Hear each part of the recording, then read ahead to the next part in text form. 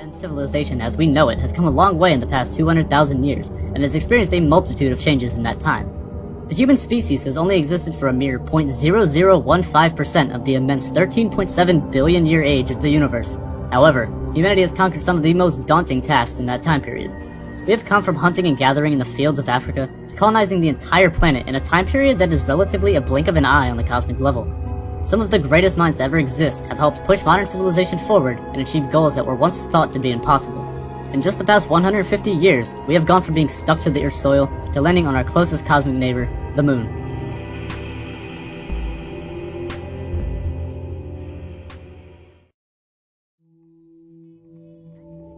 A Soviet astronomer by the name of Nikolai Kardashev introduced a hypothetical scale that could be used to measure a potential civilization's level of technological advancement based on the amount of energy this civilization can produce.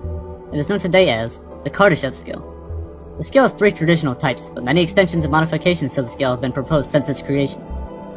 The scale is logarithmic, meaning, as we go on, the amounts of power the civilization has gets much, much more substantial. In 1964, Kardashev defined the 3 base levels of civilization based on the power available to them. You see, when this scale was proposed, famous astronomer and astrophysicist Carl Sagan produced a formula to define a certain hypothetical civilization's Kardashev rating.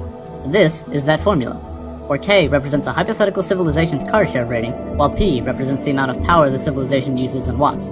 A proposed Type 0 civilization will control approximately 1 megawatt, or 1 million watts of power, which is minuscule compared to the amount of power we use on a daily basis. In 2015 alone, the total world energy consumption was 17.35 terawatts, or this huge number. Plugging this number into P and cranking out the numbers, our Kardashev rating as a civilization would be approximately a Type 0.72. Even as a civilization with 7 billion humans on our planet, 12 of which adventured to the Moon, with spacecraft sent billions of miles into the abyss of interstellar space and plans to colonize Mars in the near future, we still only score a measly 0.72 on the Kardashev scale. According to Carl Sagan, humanity is going through a phase of technical adolescence, typical of a civilization about to integrate the Type 1 Kardashev scale. Michio Kaku, another brilliant theoretical physicist, suggests that humans may attain Type 1 status in the next 100 to 200 years, Type 2 status in perhaps the next few thousand years, and Type 3 status in 100,000 to 1 million years. This really goes to show the truly immense timescales it would take to advance to the next type of civilization. However, we are heading towards becoming a Type 1 civilization in the next couple hundred years or so, and this is a huge step for humanity. As a Type 1 civilization, we would have complete control over our own planet. Perhaps we could influence the weather, change the geological makeup of our own planet, and much, much more. However, even this amount of power is tiny compared to the next type of civilization. Type 1, the smallest of the original types, is also called a planetary civilization. This is most similar to our good old friend, Earth.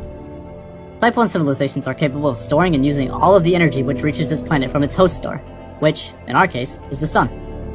This amount of energy would amount to an enormous 7 times 10 to the 17 watts. Notice how I said most similar though, as our modern civilization here on Earth does not quite exactly fit into the Type 1 civilization category. Yes, I know, we pathetic humans can't even fit into the lowest level of the advanced civilizations. Rather than fitting into a Type 1 civilization, we humans lie in one of the extended types of civilizations.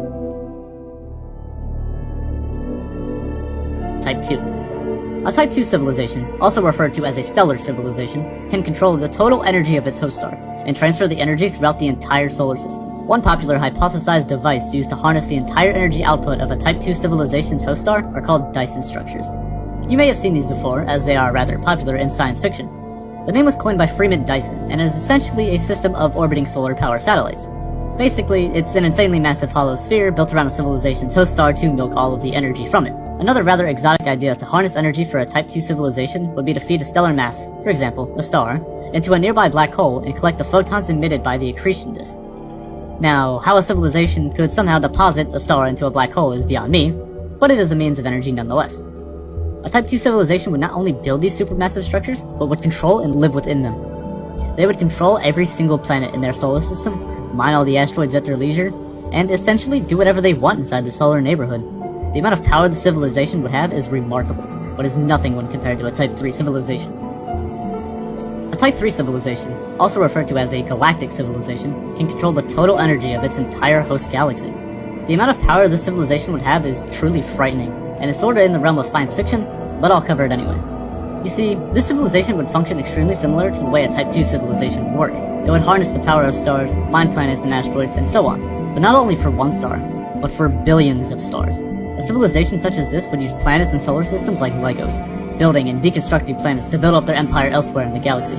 The galaxy would seemingly become their playground, and everything they do and use is merely a toy. Harnessing the energy of quasars would be like hitting the lottery for them. The supermassive black hole at the center of their galaxy could be used as an energy source for a Type 3 civilization. Interestingly enough, this hypothetical galaxy may not even be noticeable. If such a civilization did exist, all of the energy from the stars would be held and used for whatever the civilization may need. This means all the starlight, gas, and elements in an entire galaxy would become like your kitchen pantry. If all of the matter in their entire galaxy was exploited for energy, an outside observer would view the galaxy to be completely invisible. It would appear as if there were a hole in the galaxy, or, if they have colonized the entire galaxy, perhaps nothing at all. There is a place in space known as the Great Void. At nearly 330 million light-years in diameter, the Great Void is one of the largest known voids in the entire universe, and is commonly referred to as a supervoid. This region of space is seemingly devoid of life and galaxies as we know it. A region of space with such a massive size as the Great Void contains, scientists estimate that there should be at least 2,000 galaxies in this area of space. But, to date, there have only been 60 galaxies that have been discovered in the Great Void.